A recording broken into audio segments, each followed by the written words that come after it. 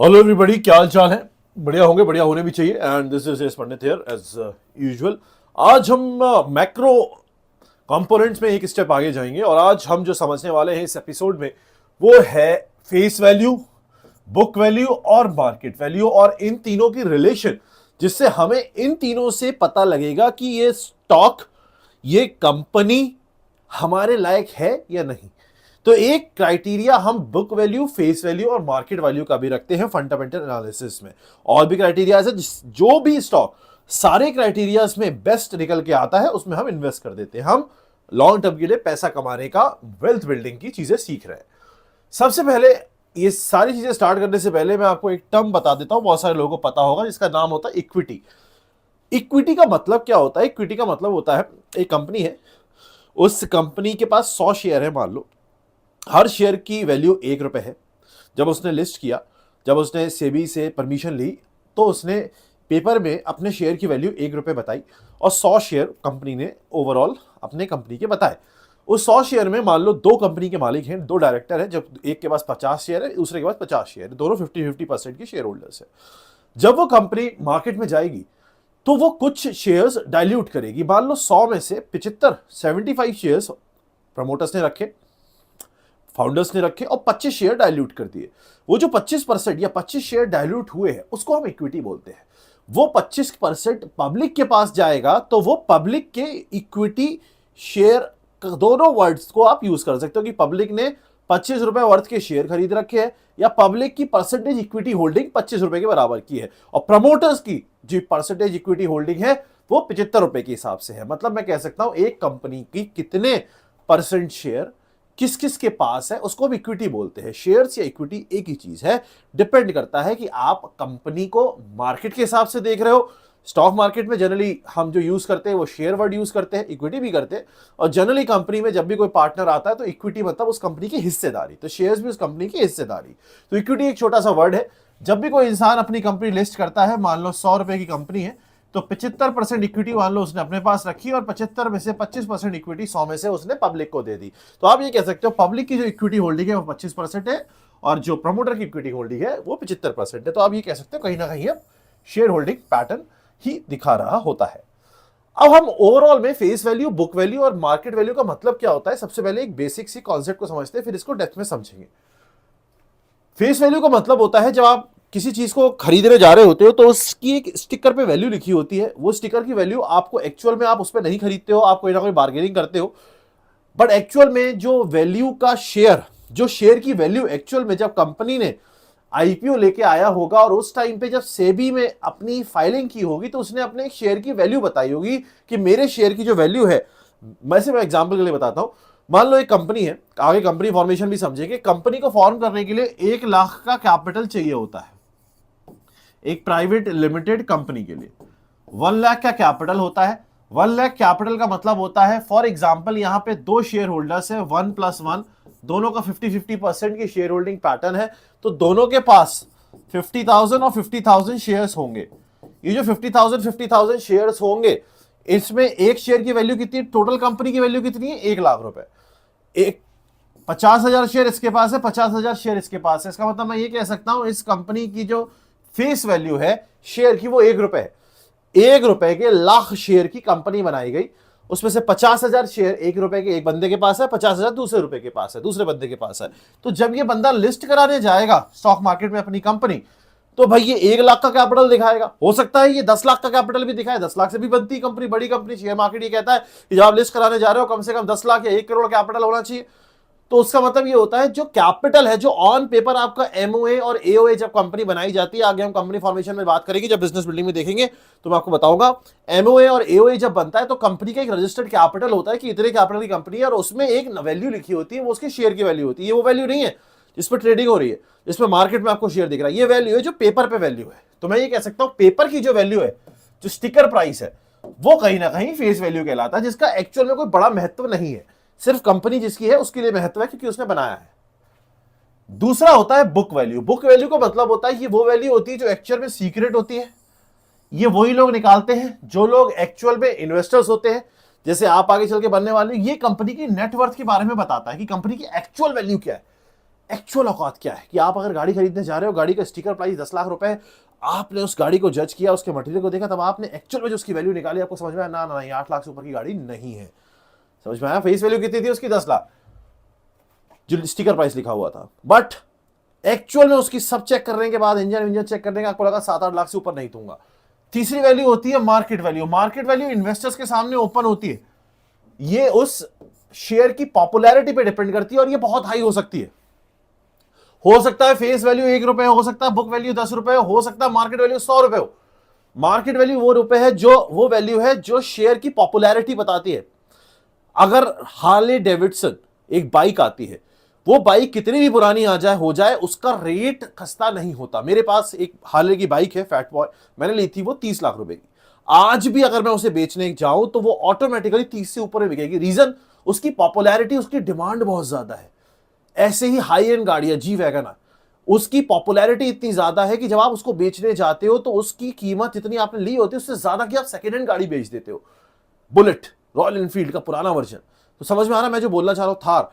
आप market value वो value होती है जो मार्केट में किसी भी शेयर की पॉपुलैरिटी दिखा दे, कितना फेमस है वो शेयर, कितना लोग डिमांड कर रहे हैं उसको। तो ये एक्चुअल वैल्यू नहीं है, ये वो वैल्यू जो पेपर पे, ये एक्चुअल वैल्यू जो नेट वैल्यू दिखा रही है। इतना समझ में आ गया? अब इसको डेप्थ में समझते हैं, आगे और डेप्थ में जाते हैं। फेस वैल्यू का मतलब समझते हैं। मैंने आपको बताया this is the value which is at the time of issue. जब आपने पेपर बनाए, जब आपने कंपनी क्रिएट करी, तब आपने एक वैल्यू पेपर पे लिखवाई, उसको हम फेस वैल्यू बोलते हैं। ओरिजिनल वैल्यू होती है, कभी नहीं बदलती, ध्यान रखना है। चाहे मार्केट ऊपर जाए नीचे जाए, मार्केट वैल्यू पे इफेक्ट पड़ेगा। कंपनी पैसा कमाए ना कमाए, कंपनी असेट्स बनाए ना बनाए, बुक वैल्यू पे फर्क पड़ेगा। लेकिन ओरिजिनल वैल्यू जो फेस वैल्यू है वो हमेशा फिक्स्ड रहेगी, उस पर कभी कोई फर्क नहीं पड़ेगा। डिविडेंड जो प्रोवाइड किए जाते हैं, आगे डिविडेंड के चैप्टर में हम समझेंगे डिविडेंड क्या होता है, बट अभी के लिए समझ लो, कंपनी आपको कंपनी के शेयर होल्ड करने के लिए कुछ बोनस देती है। डिविडेंड हमेशा ज्यादातर कंपनी फेस वैल्यू के हिसाब से ही दे रही होती है। जितनी फेस वैल्यू होती है, आपके शेयर्स को उस परसेंटेज के हिसाब से डिस्ट्रीब्यूट करती है। इसको हम आगे समझेंगे, अभी सिर्फ मैं आपको बताना चाह रहा हूं कि फेस वैल्यू के पॉइंट्स या फीचर्स क्या है। तो डिविडेंड में हम ऑल इसको डेप्थ में समझेंगे, अभी कंफ्यूज हो जाओगे। अगर मैं आपसे बोलूं कि फेस वैल्यू की बात करो, तो आप कहोगे सर ये वो वैल्यू होती है जो कंपनी फॉर्मेशन टाइम में पेपर पे लिखी होती है, इसका कोई बड़ा महत्व नहीं है, बस ये कंपनी की एक वैल्यू होती है जो ऑन पेपर कंपनी बनाते टाइम लिखी जाती है, जो आगे बदलती रहती है बुक वैल्यू की फॉर्म में। जैसे जैसे कंपनी अर्न करेगी, मार्केट में जैसे जैसे हाइप बनाएगी, तो मार्केट वैल्यू की फॉर्म में। अगर मैं इसकी स्टैटिस्टिकल वैल्यू निकालने की बात करूं, तो आप ये कह सकते हो टोटल इक्विटी शेयर कैपिटल, जब मैं बताया आपको लाख रुपए और लाख शेयर, तो लाख अपॉन लाख कितना हुआ? एक वैल्यू। अभी समझाया था ना, लाख रुपए का शेयर्स है और लाख ही शेयर है, तो कितनी फेस वैल्यू हो गई? एक। अगर लाख रुपए की इक्विटी कैपिटल है और नंबर ऑफ शेयर्स बदल गए, तो जितने नंबर ऑफ शेयर्स होंगे उस हिसाब से आपकी इक्विटी, आपकी इसकी फेस वैल्यू बदलती चली जाएगी। कहने का मेरा मतलब है 10 लाख का इक्विटी कैपिटल है और आपके पास 1 लाख शेयर है। अगर 10 लाख का इक्विटी कैपिटल है, आपने कंपनी 10 लाख की बनाई और आपके पास 1 लाख शेयर है, तो आपकी फेस वैल्यू कितनी हो गई? 10 रुपए पर शेयर। आपकी 10 रुपए पर शेयर की फेस वैल्यू हो गई। तो फेस वैल्यू डिपेंड करती है कि आप कितने कैपिटल पे कंपनी बना रहे हो। अगर आप 1 करोड़ की कंपनी बनाओगे और 1 लाख शेयर डालोगे, तो ऑटोमेटिकली वो वैल्यू और 100, 150, 1000 के आसपास बच जाएगी। तो डिपेंड करता है आप जब कंपनी बना रहे हो तो आप कितना पैसा उस कंपनी में लगा रहे हो। ध्यान रखना है, जब भी कंपनी बनती है, अगर 10 लाख कैपिटल की बनेगी, तो 5 लाख एक बंदा डालेगा जो पार्टनर होगा, 5 लाख दूसरा। कम से कम प्राइवेट लिमिटेड कंपनी में 2 पार्टनर्स की रिक्वायरमेंट होती है। तो 5-5 लाख दोनों साइड से आते हैं, वो कंपनी का कैपिटल होता है, उसको कंपनी के ही यूज में यूज लिया जा सकता है। कंपनी फॉर्मेशन में देखेंगे, face value is the fix value which will never change, कभी नहीं बदलेगी। This is the macro component. Book value की बात करते हैं। बुक वैल्यू क्या होता है? बुक वैल्यू होता है, it is the real value of business in books. किताबों में, बैलेंस शीट्स में जो वैल्यू बिजनेस की एक्चुअल निकल के आ रही होगी, जो बिजनेस की नेटवर्थ निकल के आ रही होगी, कंपनी की रियल औकात निकल के आ रही होगी, उसे हम बुक वैल्यू बोलते हैं। बुक वैल्यू को मैं ये भी कह सकता हूं, जब कंपनी को बेच दिया जाए, कंपनी चल रही, कंपनी के सारे एसेट्स बेच दो, कंपनी को पूरा बेच के खाली कर दो, उस टाइम पे जो कंपनी ने बिल्डिंग भी खरीदी होगी, कंपनी ने सॉफ्टवेयर भी खरीदे होंगे, कंपनी ने बहुत सारी चीजें खरीदी होगी, मशीन भी खरीदी होंगी, सब बेच दो। वो सब बेचने के बाद जो पैसा आए, उस पैसे से नंबर ऑफ शेयर्स को डिवाइड कर दो, तो जो वैल्यू निकल के आएगी उसको हम क्या बोलेंगे, बुक वैल्यू, क्योंकि वो ही शेयर होल्डर्स पे बटेगी। फेस वैल्यू क्या थी, जो कंपनी रजिस्टर कराई थी उसको नंबर ऑफ शेयर होल्डर से डिवाइड किया था उस वैल्यू को। अब वो वैल्यू जो रजिस्टर कराई थी वो तो फिक्स हो गई, बट कंपनी ने आगे पैसा कमाया, बिल्डिंग्स बनाई, सॉफ्टवेयर खरीदा, सामान खरीदा, कुर्सियां खरीदी, मशीन खरीदी, तो कंपनी के पास असेट्स ऐड हो गए। वो 10 लाख की जो कंपनी थी, अब उस 10 लाख की कंपनी तो पेपर पे है, कंपनी के पास मान लो 10 करोड़ के असेट है।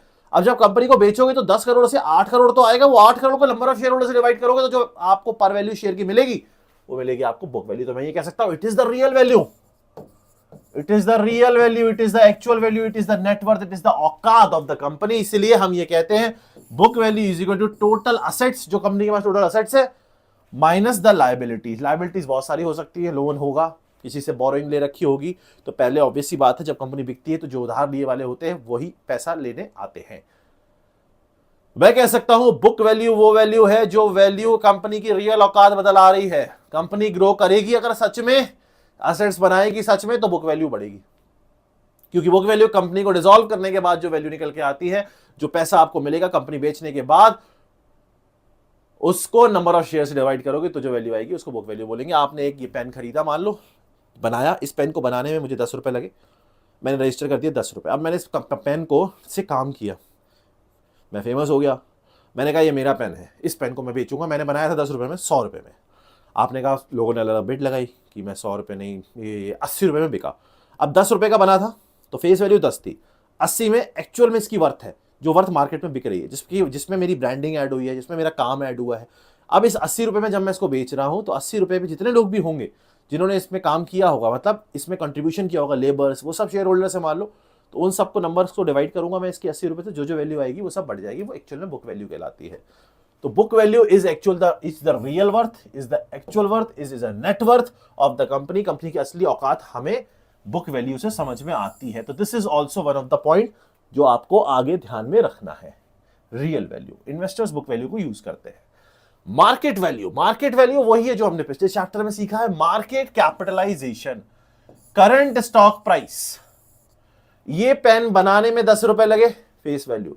इस पेन को सारी ब्रांडिंग, इसकी एक्चुअल वैल्यू 5 साल बाद हो जाती है, जो मैंने इसको यूज किया है, इससे बहुत सारी चीजें लिखी, किताबें लिखी, पढ़ाया, फेमस हो गया, 80 रुपए। लेकिन मैं आगे इसको मार्केट में इस तरीके की हाइप बना रखी है मैंने कि मैं कह रहा हूं ये पेन 100-200 रुपए से नीचे का नहीं है। तो जो हाइप बनी हुई है मार्केट में, 200 रुपए बनी हुई है, बना था 10 रुपए में, एक्चुअल है 100 रुपए, 80 रुपए, बट मार्केट की हाइप है 200 रुपए। तो जो हाइप है वो मार्केट वैल्यू है। जो लास्ट ट्रेडिंग प्राइस एलटीपी दिख रहा है आपको, जो कॉन्स्टेंटली चेंजिंग है, कंटिन्यूअसली चेंजिंग है, बार बार बदलता रहेगा, that will be the market value. Market value depends upon the performance of the company in the market. It is a volatile value which can change, कभी भी बदल सकती है, depending upon the scenario. Market ऊपर जाएगा तो ये ऊपर जा सकता है, नीचे जाएगा तो नीचे जा सकता है, मतलब ये ओवरऑल बदलाव के साथ ऊपर नीचे चलता रहेगा। फेस वैल्यू कभी नहीं बदलेगी, बुक वैल्यू तभी बदलेगी जब कंपनी सच में कुछ काम करेगी, सच में पैसा कमाएगी, सच में बैलेंस शीट स्ट्रांग होगी। मार्केट वैल्यू कैन बी, ऐसा भी हो सकता है कंपनी लॉस में चल रही हो, जोमैटो ब्लिंकिट की वजह से प्रॉफिट में आई है, जोमैटो लॉस में भी रहेगी, जोमैटो कुछ भी नहीं कर रही होगी, इस बार तो प्रॉफिट बुक कराया उन्होंने क्वार्टर में, बट फिर भी मार्केट के अंदर एक हाइप बनी हुई है अगर, तो वो वैल्यू ऑटोमेटिकली आपको बीफ्ड अप वैल्यू दिखेगी, उसे हम मार्केट वैल्यू बोलते हैं। अब मैंने 3 वैल्यू सीखी है, आज मैं आपको जो इसका क्रक्स समझाने वाला हूं, जो एक्चुअल में इन्वेस्टर्स के लिए बनाई हुई कंडीशंस है, निकाली हुई इंपॉर्टेंट कंडीशंस है, उसको आपको समझना है। 3 इंपॉर्टेंट कंडीशंस होती है फंडामेंटल एनालिसिस की। एक होता है जब मार्केट वैल्यू बुक वैल्यू से कम है, रियल वर्थ ज्यादा है। बहुत ध्यान से समझना, यहीं पे लोग खेल जाते हैं बढ़िया स्टॉक ढूंढने में। बुक वैल्यू मार्केट वैल्यू से ज्यादा है, मतलब मार्केट में हाइप कम है, लेकिन बुक वैल्यू ज्यादा है, तो मतलब वो जो स्टॉक है वो स्टॉक की बुक्स स्ट्रांग है, ताकतवर बुक्स है, स्ट्रेंथ है उसकी बुक्स में, बैलेंस शीट में दम है, लेकिन मार्केट की सेंटिमेंट उसकी तरफ नहीं है, मार्केट कॉन्फिडेंट नहीं है उसकी तरफ। तो हम उस केस में बोलेंगे ये जो स्टॉक है, ये स्टॉक पे मार्केट का भरोसा नहीं है। मार्केट वैल्यू अगर अच्छी है तो इन्वेस्टर्स हाइप बना रहे हैं, इन्वेस्टर्स खरीदेंगे तभी मार्केट वैल्यू बढ़ेगी। अगर इस पेन को बस 1000 लोग खरीदेंगे तभी तो इसकी वैल्यू बढ़ेगी, सिर्फ 100 लोग खरीदेंगे तो वही वैल्यू जो है। हाइप कौन बनाता है? नंबर ऑफ पीपल, लोग बनाते हैं हाइप। तो जब तक लोग नहीं बनाएंगे तब तक वो मार्केट वैल्यू बढ़ेगी नहीं। मार्केट वैल्यू अगर बुक वैल्यू से कम है तो भले ही कंपनी के बुक स्ट्रांग है, बट अगर वो मार्केट वैल्यू कम है, उससे तो वो मार्केट कॉन्फिडेंट नहीं है। लेकिन अब आ जाओ, मेरी प्रोटिप वो ये कि ये स्टॉक हमारे लिए एक अंडर वैल्यूड स्टॉक होगा और हम इन्हीं स्टॉक्स को पकड़ेंगे क्योंकि इनकी बुक्स स्ट्रांग है यार। अगर इसका बेस स्ट्रांग है, कंपनी का बेस स्ट्रांग है, वो तो डार्क हॉर्स है ना, वो तो आगे खेल जाएगा। तो हमें ऐसी ही कंपनीज ढूंढनी है जिनकी मार्केट वैल्यू कम है बुक वैल्यू से, उनको वैल्यूएट करना है और उनको पकड़ना है ऐसी कौन सा स्टॉक है जो आगे मल्टीबैगर बनेगा। Second, market value is greater than book value. Market is very much confident. People are investing.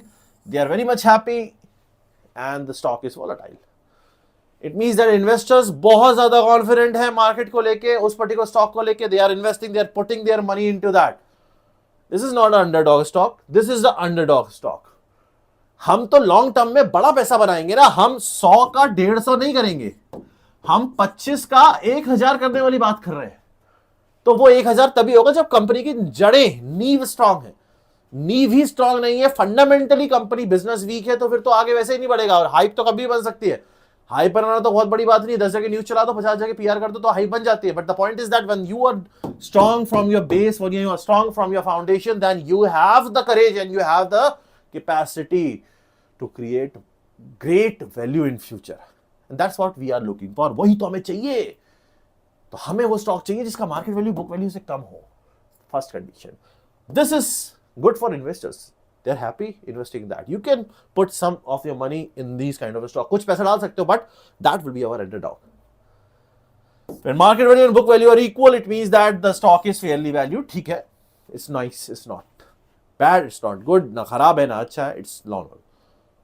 It means that market value, face value and book value are the three important terms. Face value fix value कभी ना बदलेगी।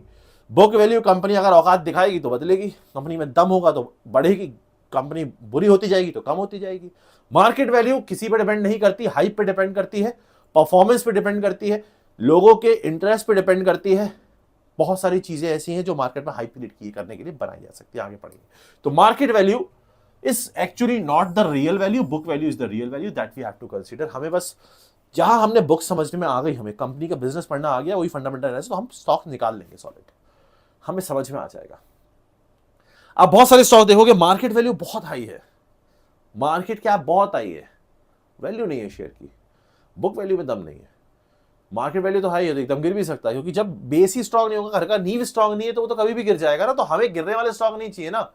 हम कुछ stock ऐसे निकाल सकते हैं जो हमें सडनली पैसा बना के देते, 100 के 150 करके देते, लाख के 2 लाख करके देते, बट हमें लाख का 1 करोड़ करने वाले स्टॉक भी तो चाहिए, वरना फंडामेंटल एनालिसिस अमीर कैसे करेगी। आपको अमीर बनना है तो आपको वो स्टॉक्स भी तो चाहिए, तो उसके लिए हमें यहां से बुक्स पढ़ना आना चाहिए।